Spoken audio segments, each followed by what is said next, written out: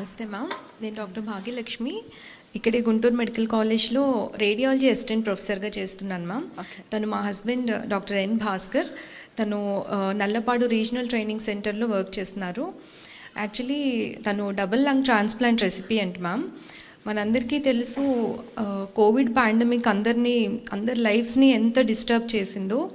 తను కోవిడ్ టైంలో 2020-21 ఆ టైంలో కారంచేడు పిహెచ్సిలో మెడికల్ ఆఫీసర్గా వర్క్ చేస్తున్నారు మ్యామ్.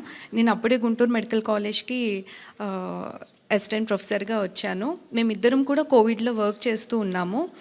సో ఆ టైంలో ఎలా ఉండిందంటే, మేము కష్టపడి చదువుకున్నాము, జాబ్స్ వచ్చినాయి, లోవర్ మిడిల్ క్లాస్ ఫ్యామిలీస్ నుంచి వచ్చాము, కొంచెం సెటిల్డ్గా ఫీల్ అవుతున్నాము. అందరిలాగే మిడిల్ క్లాస్ వాళ్ళందరూ ఒక సొంత ఇల్లు కావాలనుకుంటారు. సో సేవింగ్స్ తోటి ఒక ఫ్లాట్ కొనుక్కున్నాము. ఏదైనా ఎమర్జెన్సీ వస్తే ఉంటాయి కదా అన్నట్లు ఒక 5 lakhs సేవింగ్స్ పెట్టుకున్నాం. చాలా సేఫ్ అండ్ సెక్యూర్గా ఫీల్ అవుతున్న టైం అది. బట్ కోవిడ్ సెకండ్ వేవ్ మా లైఫ్ని తలకిందులు చేస్తుందని అప్పుడు మాకు తెలియదు. ఏప్రిల్ లాస్ట్ వీక్లో మేమిద్దరం కూడా కోవిడ్ ఇన్ఫెక్షన్కి గురయ్యాం. In spite of taking all the precautions, but మేమిద్దరం ఇన్ఫెక్షన్కి గురయ్యాము. అందరిలాగే మేము కూడా హోమ్ ఐసోలేషన్లో ఉన్నాము. కావాల్సిన ప్రికాషన్స్, మెడిసిన్స్ తీసుకుంటున్నాం. 4th డే మేము సిటీ స్కాన్కి వెళ్ళాం మ్యామ్. సిటీ స్కాన్లో Bhaskar lungs almost more than 50% involve అయినట్లుగా తెలిసింది. సో ఇమ్మీడియట్గా రెమ్డెసివిర్ ఇంజెక్షన్స్ తీసుకున్నాము. జీజీహెచ్లోనే అడ్మిట్ అయ్యాము ఇనీషియల్గా. సో తన సాచురేషన్ లెవెల్స్ డ్రాప్ అవుతూ ఉన్నాయి. ట్రీట్మెంట్కి పెద్దగా రెస్పాండ్ అవ్వట్లేదు. తర్వాత డిఫరెంట్ కార్పొరేట్ సెటప్స్కి మారుతున్నాం. దాదాపు 4 హాస్పిటల్స్కి తిరిగాం మేము. అయినప్పటికీ కూడా ప్రోగ్రెసివ్గా లంగ్స్ డ్యామేజ్ అవుతూనే ఉన్నాయి. సో తన లంగ్స్ 2 కూడా complete lung fibrosis, post Covid lung fibrosis అనే కండిషన్కి గురవ్వడం వల్ల ఇంకా ఫైనల్గా లంగ్ ట్రాన్స్ప్లాంట్ ఒక్కటే సొల్యూషన్ అనేది చెప్పారు. ఈ ప్రాసెస్ అంతలో నేను చెప్పినట్లు ఆ 5 lakhs ఎమర్జెన్సీ ఫండ్ అనేది మాకు ఒక 1 week కూడా సరిపోలేదు ట్రీట్మెంట్కి.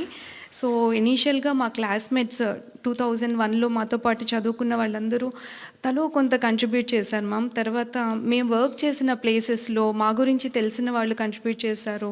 డాక్టర్స్ ఏంటి అందరూ సాయం చేశారు. కానీ అవన్నీ కూడా చాలా కొంచెం అంటే ఆ ట్రీట్మెంట్ కంప్లీట్గా తీసుకునే అంత సరిపోవు.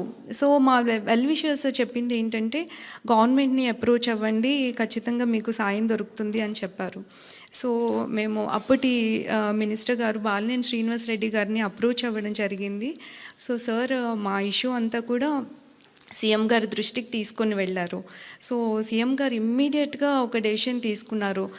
ఇంత కష్టపడి ఆనెస్ట్గా పనిచేస్తున్న డాక్టర్స్ ఈరోజు కోవిడ్ వల్ల చనిపోయే పరిస్థితి ఖచ్చితంగా రాకూడదు, గవర్నమెంట్ అండగా నిలబడుతుందని వెంటనే భాస్కర్ ట్రీట్మెంట్కి అవసరమైన ఎంత అయితే అంత గవర్నమెంట్ భరిస్తుంది అని మాట ఇచ్చారు. అది దాదాపు 1,17,00,000 అయింది తనకి. సో ఆ మొత్తం అమౌంట్ కూడా గవర్నమెంటే పే చేసింది. ఈరోజు భాస్కర్ ఇంత హెల్దీగా, హ్యాపీగా మేము మళ్ళీ నార్మల్గా మా లైఫ్ లీడ్ చేస్తున్నామంటే అది కేవలం సీఎం గారి చలవే. Thank you so much. How are you feeling, Bhaskar, now? I am okay. You okay? I'm doing good. Okay. Take care of yourself. How are you regularly going to the hospital? Yeah. You're doing your duties? Yeah, I'm doing my duties. Yeah. Great. But the consultant has advised not to do any patient care.